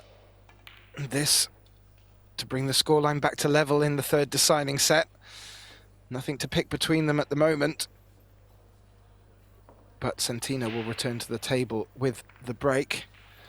As we mentioned, a couple of results already are in. As we bring up the statistics, just having a little look to see if there are any others. Yeah, Shi Tinki has taken a 2-set win over Rachel Emfroy from France, and Venus Lim has taken a 2-0 win over Harin Lee of South Korea. More results coming your way, and if you want to keep updated with them yourselves, please do visit probilliardseries.com. And it will be Cheska to the table, 1-1 in this deciding set. And for you guys, right after this match, we have another monster match for you in the losers 1-1. Just after this match, Ina Kaplan from Germany. She's one of the, top 3 in Europe. She's won Euro Tours and European titles, and she's facing Xiaofang Fu, which is absolutely one of the best Chinese players. So stay tuned right after this match.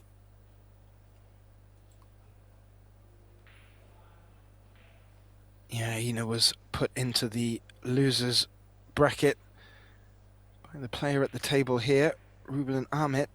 That one went to a 3rd and deciding set as well.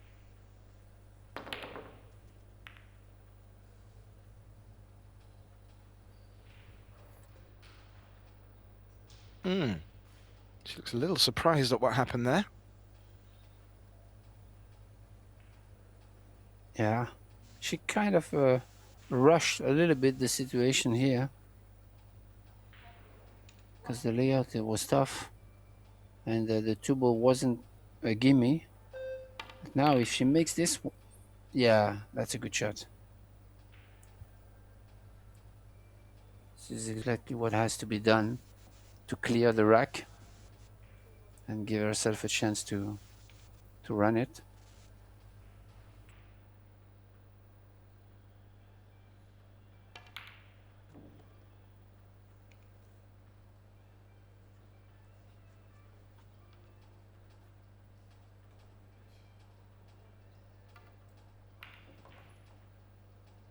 Oh, cue ball. Just gave up a little bit off that short rail.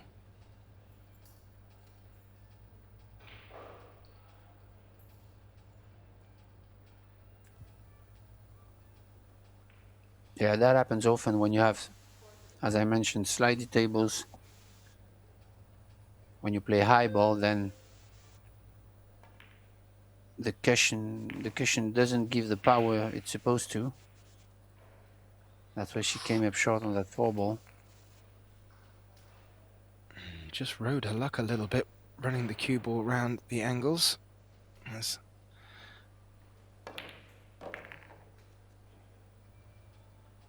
I believe that was Sophia Mast on the left. who's already booked her place in the next round.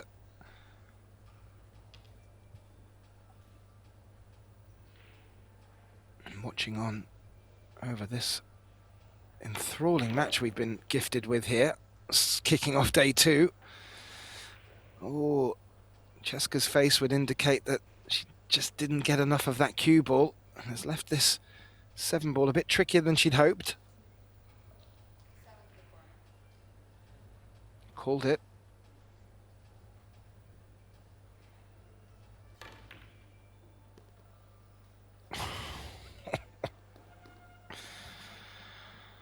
She made that look rather easy, Ben. Yeah.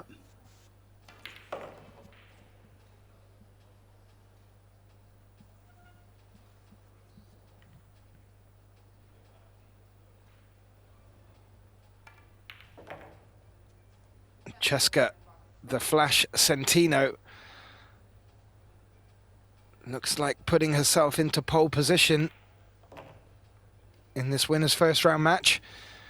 Takes a 2-1 lead in this deciding set, and let's not hide from the possibility, if it's okay to mention it now, Ben, but if it is locked at 3 apiece in this deciding set, we will go through to a shootout. I'll bring you more details of that if it does look a little bit more promising, but not necessarily the nicest way to finish a match for a player, but very exciting for us in the box, and I'm sure our viewers Definitely. This is the drama we want to see, but I'm not sure the players enjoy it. Now, I think they enjoy it because that actually you test your skills under the maximum pressure, so this is great. As you can see from the break success, Rubelin just peaking on the percentages. However, you'd feel as this tournament progresses, they'll both be looking to bump them numbers up. However, for Chesko, she's made a ball off the break, stays at the table, but look where that 2 ball is. Is there a gap? From all the matches I saw, it looks like the cut break from the side is the more effective to make the 1 ball. So it's just what she did. But the thing is, it changes as the days move on and the cloth is getting a little bit older also. So you really have to adjust those details because that makes a big difference, making a ball or not, of course. So this is what every player look for. Yeah, and I'm sure the players that are sat around watching this match will be just keeping an eye on such things like that, Ben. Yeah. Because with these world-class players, it can come down to just little things like better results off the break. That's not a bad shot at all there. Yeah.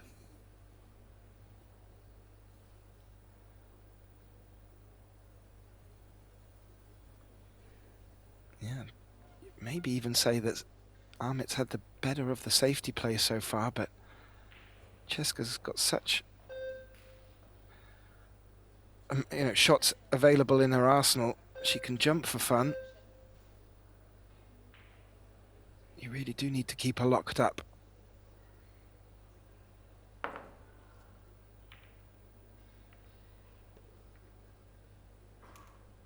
Oh, she called that 7.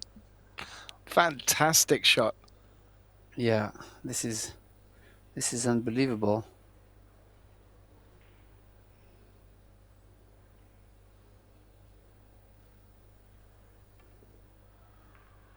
It's the reward for being aggressive. Yeah, and followed it up with a good safety, Ben. I didn't hear the call on the 7, but I could tell from her body language the moment it dropped, it was intentional. And oh yeah, definitely, yeah.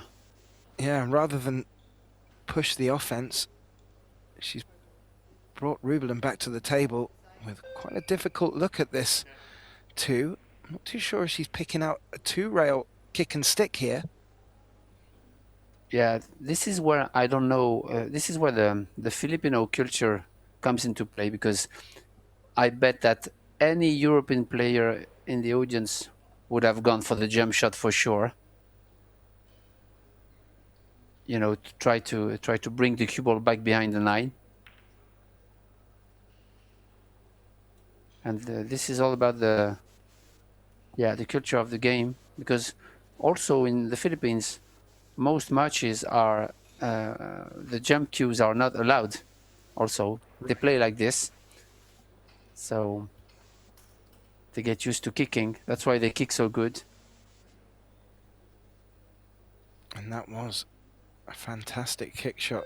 Has left an edge of this too, but nothing. Well, I was about to say nothing for CENTENO to attack. She has called the bottom left pocket, possibly as insurance, possibly full-blooded. And that one gets a smile and a click of the fingers from Rubelin as well. Fantastic shot. Oh, Wow. this is Well, both sides of the story getting. Correct. Well pointed out. We've mentioned it a couple of times, Ben.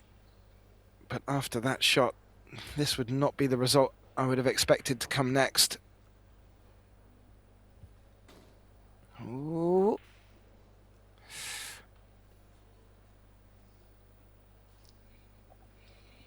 She has to make it.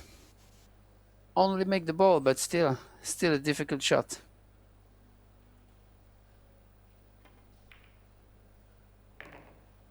Good shot. Yeah. And now it has opened up very nicely. She can finish quite flat on this 6.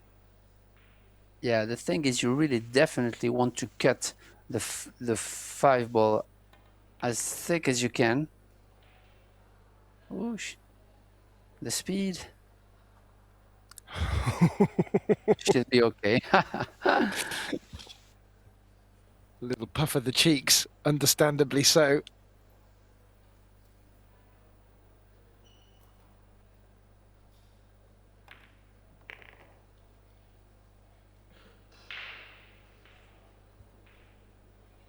Well, this is not ideal, because I think she wanted to be straight on the 8 to draw straight back, but now she has to draw with a touch of right and hit the cushion just before the side pocket. It's going to be okay, but yeah, she's got offline a little bit. She'll have to cut that 9. She's having a little chat with herself as well, Ben. I love this.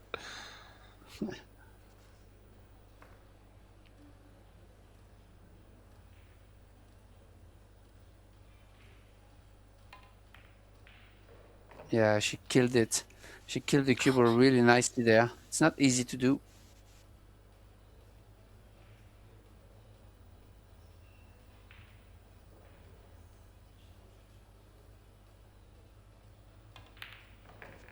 Rubelin, Amit with that 10 ball brings the scoreline back to 2 apiece in this race to 4, third set. And I have to say, this match couldn't brew up much more nicely for us, to be fair, Ben. I've really been enjoying this, and as we've seen, not many mistakes from either player, but both players being able to jump on them. And as you can see, we were talking about the player overall performance. Well, Cesca CENTENO has pulled it back into the 800s. And if anything, the only little flounder is Rubelin Amit's POP for this third set, but looking to turn that around. And she will return to the table with the break. What are you thinking, Ben? Are we going to be teeing ourselves up for our first shootout? Yeah, I'm thinking that we had a couple of amazing shots from Cesca. The bank shot on the 2 ball, the long bank, the cross corner on the 2 ball. Also the curve when she called the 7 in that rack, and to finally miss that 3-ball, which is tough to accept, but it is what it is. Yeah, and that's very good that you picked up on that, Ben. She's played some fantastic shots in that rack to not come through with the point.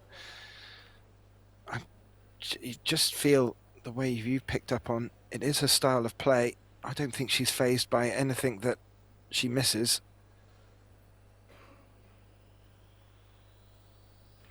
Will she be fazed by that one, though? Here is Rachel and Ina Kaplan from France and Germany.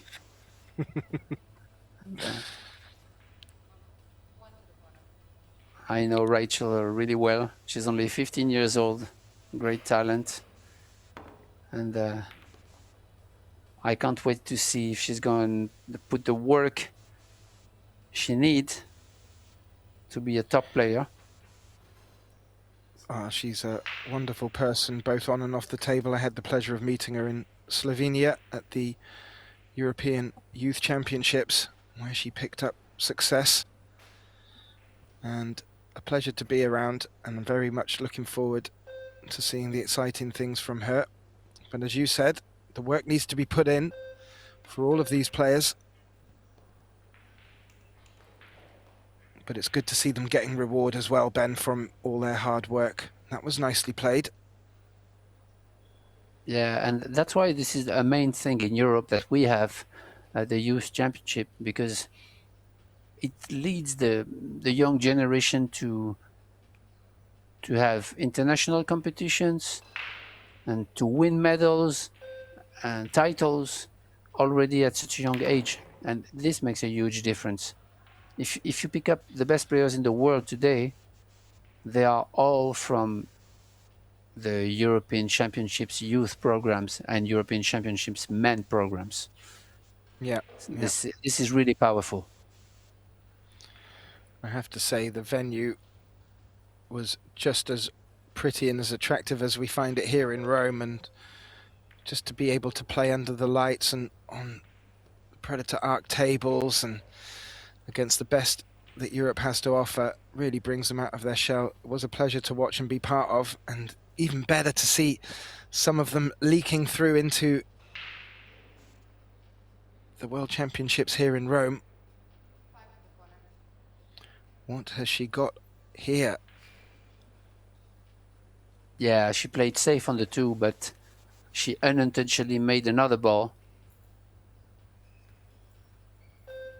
Well, actually, it was the 2, so that she found herself in trouble.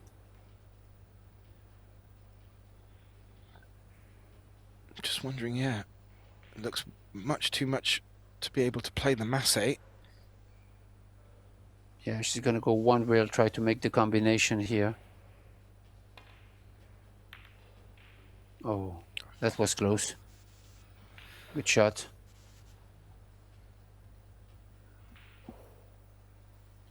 Yeah, she doesn't look too happy, and I think that's mainly down to being fully aware of CENTENO's ability to tuck these in with ease.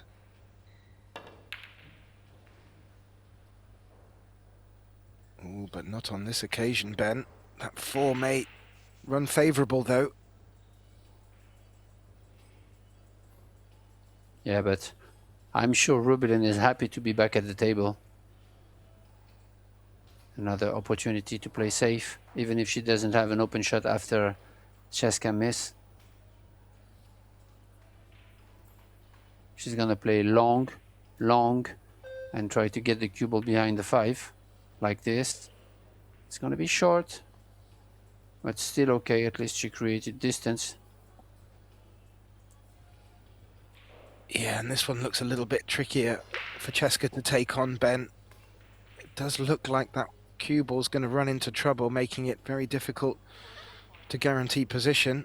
She has called it, though, into the bottom right.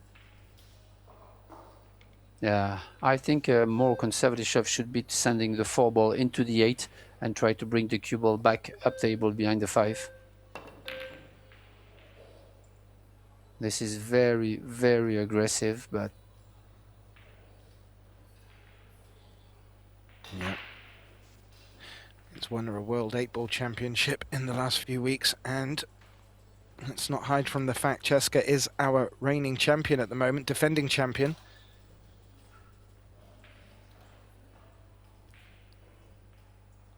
But Rubelin has had so much table time against her good friend. She will not be daunted when Cheska comes out firing on all cylinders. And the scoreline would suggest that, well, both players have a very good chance here.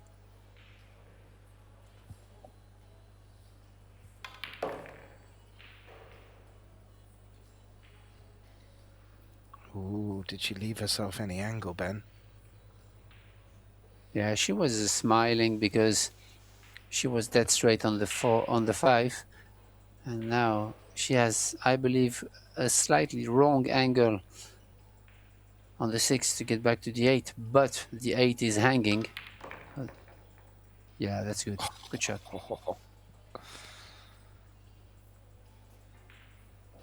This could see Rubelin Aramith take a position on the hill first. And that's 1 foot into the next round, but if Cheska were to take the next one, we'll be going to a shootout. But first of all, this 9 and 10.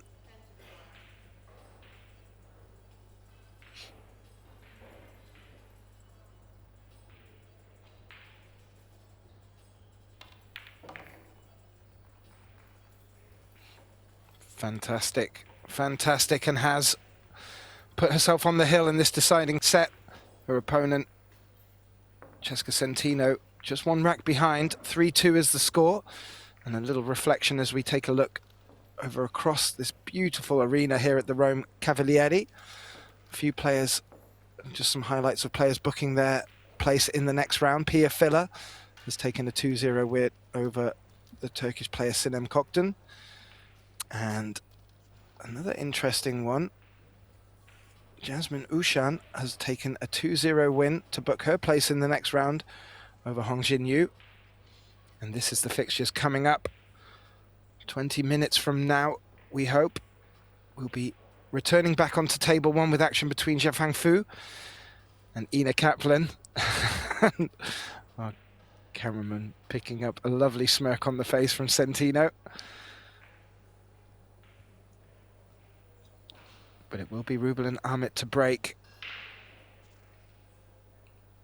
Looking to push on through and take this 3rd set without letting it get to a shootout.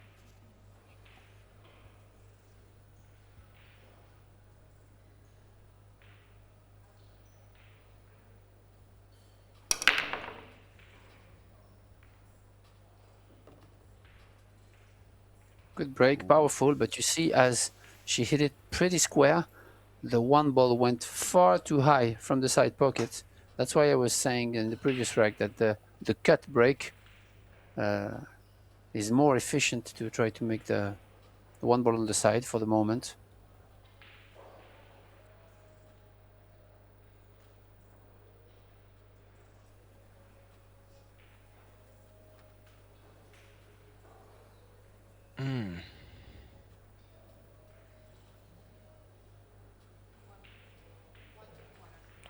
She's called the 1 in the corner. Yeah, I think she wants to play the long side to go to put the cue ball and the 1 ball, try to create distance, but she didn't. And the thing is, the 2 ball doesn't pass the 4 ball, I believe, so that's why she didn't take the shot.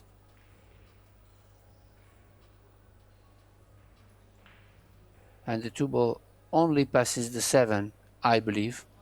From there, it's tough to say, but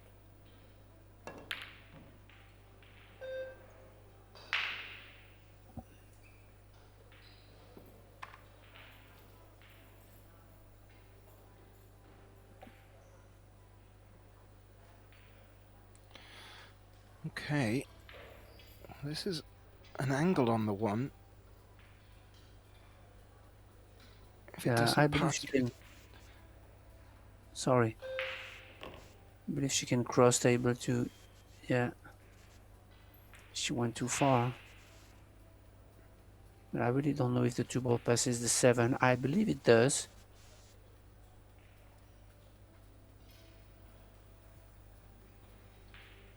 She should be able to avoid the side pocket with the cue ball if she does take this on.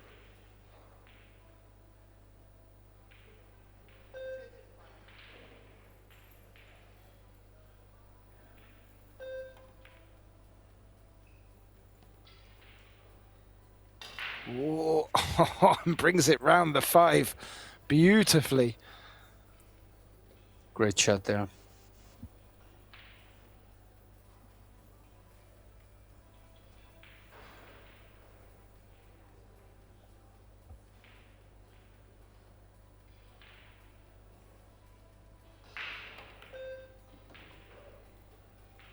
Okay, so now she's recovered. Funny angle on the 4 though, so she'll have to follow these 2 rails, I believe, or draw to the center of the table depending on the angle she has. Yeah, like this. It's okay. Yeah, she's played that well. Should just be able to let the cue ball use its energy to come back up. Not too dissimilar position to where the cue ball is now, or certainly on that line.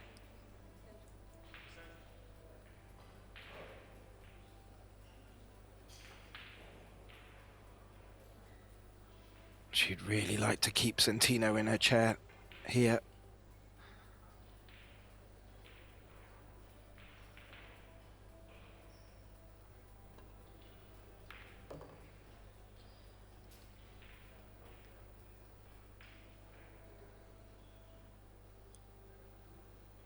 That was tough to do. She went a little bit too far, but still the 7 ball is really available. It's a big ball. So just make the 6, go 2 rails underneath the 8, and she should be fine.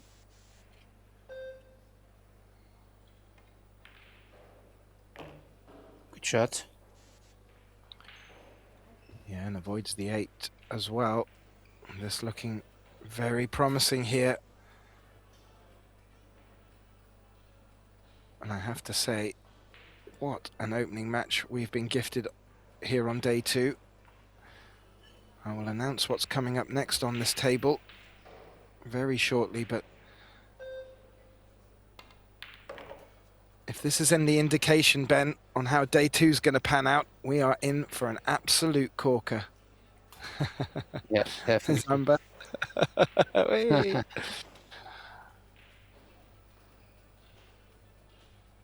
Wonderful. Such a great contingency come over from Asia.